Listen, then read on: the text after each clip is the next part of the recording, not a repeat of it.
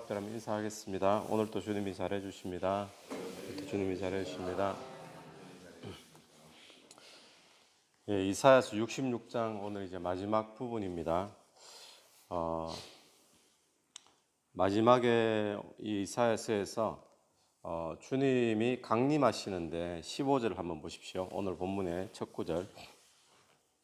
보라, 여호와께서 불에 둘러싸여 강림하시리니, 불에 둘러싸여서 강림하신다라고 이야기합니다. 그래서 이 모습을 얼핏 보면은 마지막 때 심판하러 오시는 그리스도의 모습이 아닌가 이렇게도 볼 수 있는데, 그런데 이 모습을 그런 모습이 아니라 물론 심판의 이야기가 있지만 이 성령으로 역사하신다, 불같은 성령으로 그렇게 우리가 볼 수 있습니다. 그래서 오시는데 그 여러 가지 형상과 표현들이, 그의 수레들은 회오리 바람 같고, 회오리 바람 그러면 뭐 어디로 갈지 모르는 바람이잖아요. 근데 굉장히 급하고 강한 그런 바람이죠. 회오리 바람 같고, 그의 혁혁한 위세로 노여움을 나타내시고 맹렬한 화염으로 책망하시고. 하나님이 강림하시는데 오셔서 뭘 하시는가? 노여움을 나타내고 책망하고 그런 맹렬한 화염으로, 또 16절에 보니까 여호와께서 불과 칼로 모든 혈육에게 심판을 베푸신즉 여호와께 죽임 당할 자가 많으리니. 주님이 이 땅에 성령의 역사로 임하시는데 무엇을 하시는가를 이야기해 줍니다. 그 모습이 심판하신다는 그런 모습이죠. 그래서 오늘 이 본문에서 우리가 이사야 마지막에 무엇을 발견할 수 있는가 하면 성령의 역사의 두 가지 모습을 발견합니다. 이 두 모습은 동시에 일어나는 그런 모습일 수도 있고, 또 한편으로는 이런 모습이지만 또 다른 한편으로는 또 저런 모습이다. 이 두 가지의 방향성을 우리가 보게 되는데, 첫 번째는 무엇인가 하면 오늘날도 마찬가지죠. 성령이 임하시고 불같은 성령이 역사하기 시작하면 나타나는 첫 번째 그 모습이 어떤 모습입니까? 죄에 대해서 드러난다라는 거예요. 우리의 죄가 그동안은 몰랐는데 성령이 우리를 건드리고 역사가 일어나기 시작하면 내 속에서 회개치 않고는 견딜 수 없는 죄에 대한 책망이 막 일어나는 거죠. 그래서 요한복음에 16장 8절 말씀을 보면 그가 와서 죄에 대하여 의에 대하여 심판에 대하여 세상을 책망하시리라. 성령이 오늘 또 우리에게 역사하시면 첫 번째 역사는 우리 속에 평소에는 못 느끼고 있었지만 죄를 드러내시고 죄에 대해서 책망하시고 자꾸 회개할 수 있도록 찔림을 주시고, 그런 역사를 성령께서 오늘 또 일으키실 줄로 믿습니다. 그래서 17절 말씀을 보면 스스로 거룩하게 구별하며 스스로 정결하게 하고, 스스로 거룩하게 구별하고 정결하고는 그 다음 문장을 보면 동산에 들어가서 그 가운데 있는 자를 따라 돼지고기와 가증한 물건과 쥐를 먹는 자가 다 함께 망하리라. 여호와의 말씀이니라. 자, 앞부분에 그러면 스스로 거룩하게 하고 또 스스로 정결하게 하고, 이것은 여호와 앞에 스스로 거룩하고 정결하다는 이야기가 아니에요. 이 이야기는 우상 섬기는 사람들, 이교도들의 어떤 전통과 규례를 따라 가지고 정결케 하고 뭐 스스로 이제 거룩하게 하고 그렇게 한다는 거예요. 그래서 정결케 거룩케 해서 뭘 합니까? 하나님이 가증한 것들을 지금 하고 있잖아요. 그래서 지금 우상을 섬기는, 이방 종교를 따르는 그렇게 하는 자들 결국에는 다 함께 망하리라. 심판하시겠다. 성령이 오시면 우리에게 뭘 하시는가? 우리에게 책망하십니다. 노하시고 책망하시는데 무엇에 대해서요? 죄에 대해서 노하시고 책망하세요. 뭘 하라고 그렇게 하시겠습니까? 우리에게 회개하라고. 그럼에도 불구하고 이 책망을 듣고도 마음에 찔림이 있음에도 불구하고 회개치 않으면 결국 이 성령께서 어떤 역사로 이어지겠습니까? 심판의 역사로 이어진다라는 것을 우리에게 첫 번째로 보여주고 있습니다.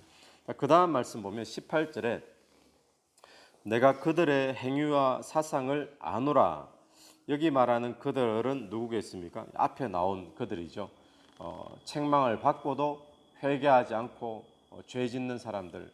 오늘 또 하나님께서는 어떤 분이신가? 우리를 책망하시는 분이시고 또 책망해서 회개로 이끌어 가시는 분이시고, 또 하나님은 우리의 모든 행위와 사상을 아시는 그런 하나님이신 줄로 오늘 우리가 믿습니다.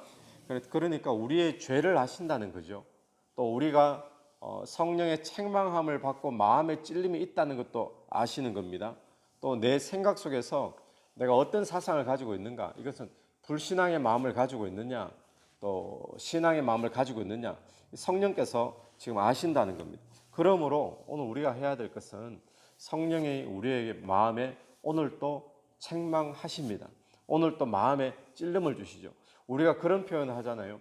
내가 구원받았는지 못 받았는지 어떻게 아느냐, 내 안에 성령이 계신지 안 계신지 우리가 어떻게 아느냐, 꼭 성령 세례 받기 이전에 성령 세례를 받으면 그런 또 증거가 우리 외적인 증거가 나타나지만 내적인 증거로 우리가 무엇을 보면 알 수 있느냐, 많은 이야기를 하는데 그 중에 첫 번째 한 가지가 무엇인가 하면 죄에 대해서 우리가 그전에는 몰랐는데 이게 마음에 찔림이 있고 또 죄에 대해서 어떤 양심이 민감해지고 그전에는 몰랐던 게 이게 죄구나, 그렇게 지금 책망이 되어지는 게 첫 번째 증거 중에 한 가지죠.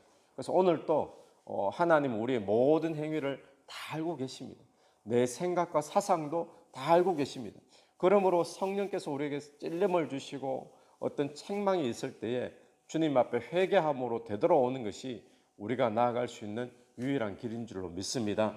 오늘도 성령께서 저와 여러분을 분명히 하루 살아가는데 내가 이렇게 할까 저렇게 할까, 뭔가 어떤 죄에 대해서 뭔가 결정을 하게 될 일이 있을 때 반드시 책망을 주실 텐데 그때 되돌아오고 회개하는 그런 은혜가 있게 되기를 바랍니다. 18절에 다시 보시면 내가 그들의 행위와 사상을 아노라. 때가 이르면 어느 때가 있다는 거죠. 근데 이 때는 어떤 때로 볼 수 있는가 하면 예수 그리스도의 십자가 사역과 부활로 볼 수도 있습니다. 그렇게 보기가 쉽습니다. 때가 이르면 문나라와 언어가 다른 민족들을 모으리니 그들이 와서 나의 영광을 볼 것이며. 자, 그동안은 문나라 또 언어가 다른 민족이 아니라 유대인들만의 하나님이었잖아요. 그죠? 그런데 예수 그리스도의 그 십자가 사역 또 구속 사역으로 말미암아 복음이 또 제자들을 통해 가지고 땅 끝까지 번져 나가는 그런 역사가 있었습니다. 사도행전에 보면 고넬료 가정 이방인 백부장인데 그 가정에 성령이 임하고 은혜가 임하는 것을 보면서 베드로와 제자들이 깜짝 놀라잖아요. 그러면서 사마리아로 복음이 빌립을 통해서 전거되어지고 또 그러면서 이 복음이 각각으로 흩어져서 전거되어지는 이방인으로까지 전거되어지는 그런 역사를 우리가 보게 되어지죠. 그래서 그 이야기를 합니다. 또 19절에 내가 그들 가운데 징조를 세워서 그들 가운데서 도피한 자를 어떤 징조를 세웠는데 이 징조는 어떤 징조인지는 알 수 없어요. 그런데 중요한 것 한 가지가 뭔가 하면 도피한 자들을 주님께서는 사용하신다는 겁니다. 어떻게 사용하시는가? 도피한 자들을 여러 나라 곧 다시스, 뿔, 그리고 활을 당기는 룻과 두발과 야왕과 나의 명성을 듣지도 못하고 나의 영광을 보지도 못한 먼 섬, 굉장히 먼 나라죠. 세계 열방 또 땅 끝까지겠죠. 여기 말하는 다시스, 뼘, 이건 전부 다 지명의 이름입니다. 이 다시스 그러면 스페인 쪽의 이야기죠. 또 뼘, 또 활을 당기는 룻, 이것도 땅 이름입니다. 아프리카 지역의 땅이라고 그러고, 또 두발 그러면 터키나 그 북쪽에 있는 러시아까지 그런 지역들, 또 야완은 헬라, 그리스를 이야기합니다. 그러니까 이 가까운 나라부터 시작해서 멀리 있는 나라까지 주님께서 뭐 하는가 하면 거기 먼 섬들로 뭐 한다 그러죠? 보내리니. 19절에 보니까 먼 섬들로 보내리니. 누구를요? 도피한 자들을 글로 보낸다는 거예요. 근데 이미 도피했잖아요. 이미 도피해서 흩어져 있거든요. 이들을 보낸다. 그리고는 그들이 나의 영광을 문나라에 전파하리라. 이들을 그럼 파송했다는 거예요. 뭘로 파송했는가? 하나님의 영광을 전파하는 자로 파송했다. 여기서 도피하는 자들 그러면 이 사람들은 요즘 우리가 흔히 말하는 디아스포라겠죠. 흩어진 자들. 뭐 때문에 흩어졌겠습니까? 뭐 어떤 핍박 때문에 또는 뭐 바벨론에게 망했기 때문에 또 앞으로 로마에게 망하고 핍박 때문에 뭐 이스라엘 유대인들 자체가 많이 흩어지죠. 그런데 본인들은 뭐 어떤 이유에서든지 흩어졌어요. 도피한 자가 되었어요. 그런데 하나님께서는 그들을 그냥 도망갔다, 뭐 도피했다, 뭐 자기 잘 먹고 잘 살려고 뭐 이사 갔다, 이민했다 이렇게 보지 않고 파송했다는 거예요. 뭘 하는 자로 파송했는가 하면 주의 영광을 문나라에 전파하는 자로. 그래서 이들을 통해서 세계 선교가 일어나게 되겠다라고 이야기합니다. 이게 실제로 사도행전에서 그렇게 일어나죠. 사도행전에 흩어졌던 그 디아스포라들이 예루살렘에 와서 복음 듣고 또는 이 바울을 통한 전도 사역을 통해 가지고 그들이 로마의 교회가 세워지고, 로마에는 한 번도 누가 가서 복음을 전한 적이 없는데 교회가 세워진 게 로마서의 교회거든요. 그러니까 디아스포라들, 이런 사람들이 결국 세계 선교를 이루게 되는 것을 이야기를 하고 있습니다. 그러니까 오늘 저와 여러분하고 비슷한 처지입니다. 우리도 지금 여기 와서 지금 이민자로 살고 있잖아요. 이민자로 사는데 탈북자가 한참 탈북하고 그럴 때 그 탈북자라는 그런 열등감 속에 있으니까 그 선교사들이 스스로 그렇게 이야기할 때 탈북자들한테 너희는 탈북자지만 우리는 탈남자다 이렇게 탈북자, 탈남자. 자기들은 먹고 살기 힘들어서 탈북했고 선교사들은 선교하려고 탈남했고 오늘 우리는 어떻습니까? 우리도 어떻게 보면 탈남자 이런 중에 한 모습이잖아요. 어떤 이유에서 이 도피자들이 다 있는데 그런데 하나님은 각자 이유가 있지만 하나님의 계획에서는 이들을 선교사로 보내시고 문나라에 하나님의 영광을 전파하는 자로 주님께서 삼겠다라는 거예요. 오늘 그 가운데 저와 여러분의 삶도 있는 줄 믿습니다. 우리는 우리 정신에 또 우리 어떤 특별한 이유 때문에 호주까지 와서 골드코스트에 왔지만 하나님은 오늘 저와 여러분을 통해서 이 땅에 또 이곳에 하나님의 영광을 나타내는 자로 그렇게 사용하기를 원하시는 줄로 분명히 믿습니다. 그러면서 계속 이어지는 게 20절, 나 여호와가 말하노라 이스라엘 자손이 예물을 깨끗한 그릇에 담아 여호와의 집에 드림같이. 이건 비유죠. 예물을 깨끗한 그릇에 담아서 여호와 집에 드리는 것처럼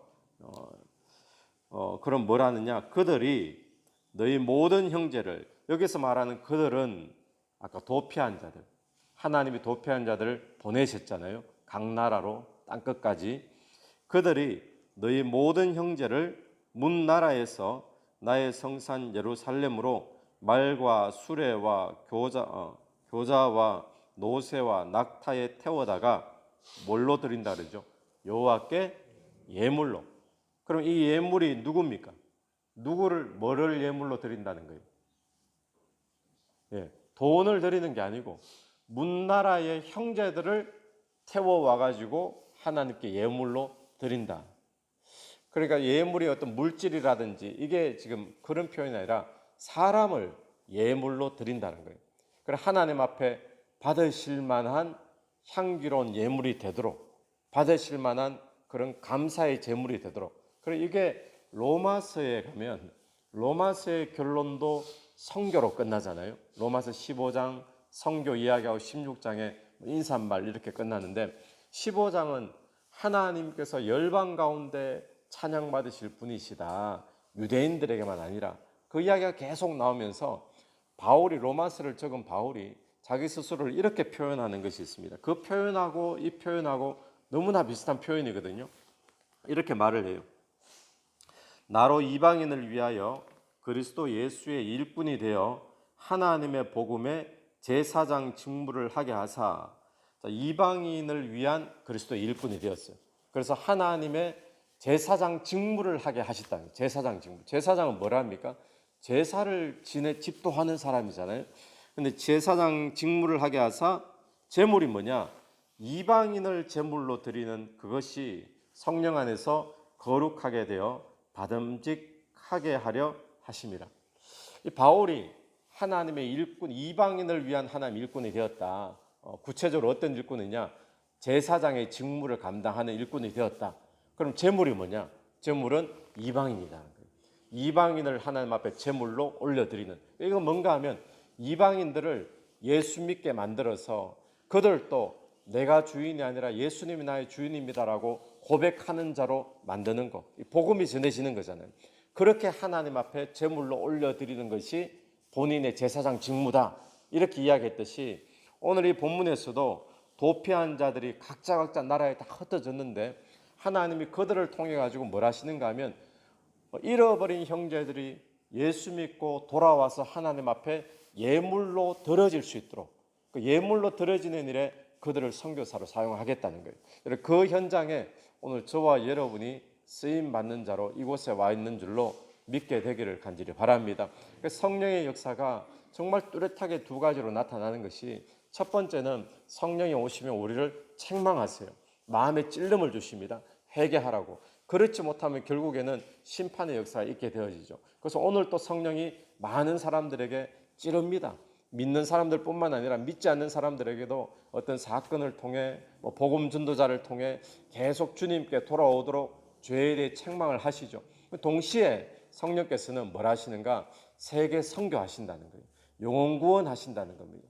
오늘 저와 여러분이 이미 예수 믿는 자로, 또 이미 예수 믿기 때문에 이곳에 도피한 자처럼 우리는 이민자로 이 땅 가운데 살고 있는데, 우리에게 성령은 어떻게 역사하시는가? 물론 예수 믿는 자로 책망도 있겠지만 우리에게 성령은 이곳에서 다른 사람들을 하나님 앞에 받으실 만한 예물로 드리는 자, 제사장 직무를 감당하여 제물로 드리는 자, 또 선교하는 자, 복음을 전하는 자로 우리를 이곳에 불러주신 줄로 믿고 오늘 하루도 복음을 전할 수 있는 그런 귀한 역사가 일어나게 되기를 간절히 바랍니다. 그래서 21절 보면 나는 그 가운데에서 택하여 제사장과 레위인을 삼으리라. 그들 가운데, 이 그들은 누군가? 또 이방인을 이야기하거든요. 이방인. 그럼 여러분 한번 상상을 해보십시오. 이사야 시대.